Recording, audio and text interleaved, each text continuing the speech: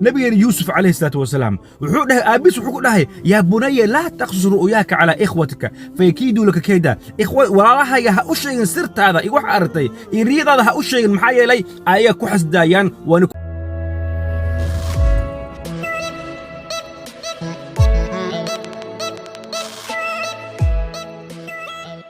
السلام عليكم ورحمة الله وبركاته. أصحاب الدمان من جبتان وعلي سلام ولا قلبي ونكسن سود وهذا مركلي مانسي ومالين كلي كان نقدر نسمع وراك نجي شرما سود وهذا مركلي وسود بينا يا مرلوات مانتي وحكلي نموذج مانتي وحني ولا مقالي ريسكا وحوين حبرسن ولكن فائدة كوه أنا كنا فائدة أم فاندي حروا إنا إلى دعوتان مقال كيلا رجيستو هير مربتا إناد جوري وين أسو إبستيد أفكار إسكحرو مربتا إناد جاري سو إبستيد أفكار حرو مربتا إناد جور أجشيد إناد جور ستيد مربتا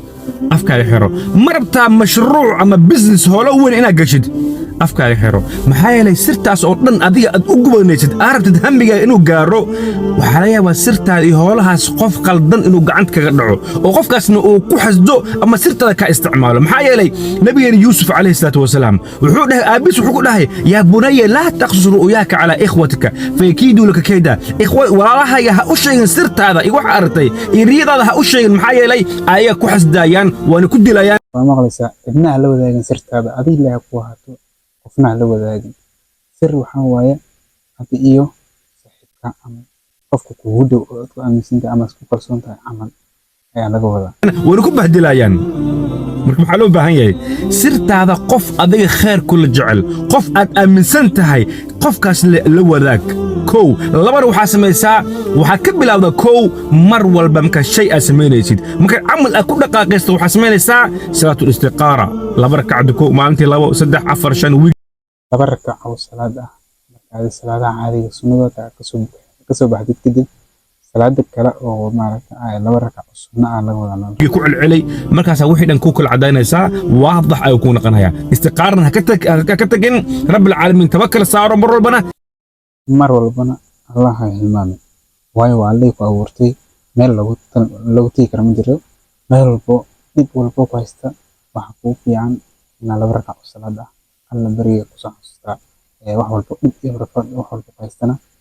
mashi ku xal ismaan kan sirta marubana silent adiga ku akaato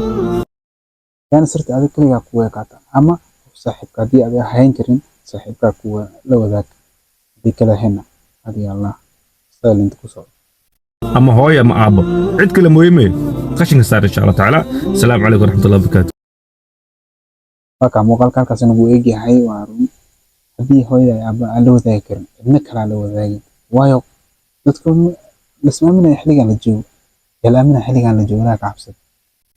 runta soo sheegin wax la aamina ma jira xiligan la joogo oo sir ah ku aamin karta ama leedahay amaanta qofkana wax u diibina sir ah u sheegana oo ku ilaalin kara ma jira hooyo aba ka heen assalaamu alaykum warahmatullahi wabarakatuh halkaas aynu weeyga muuqaalkeena maanta muuqaalka subscribe share na comment وحبة أدافن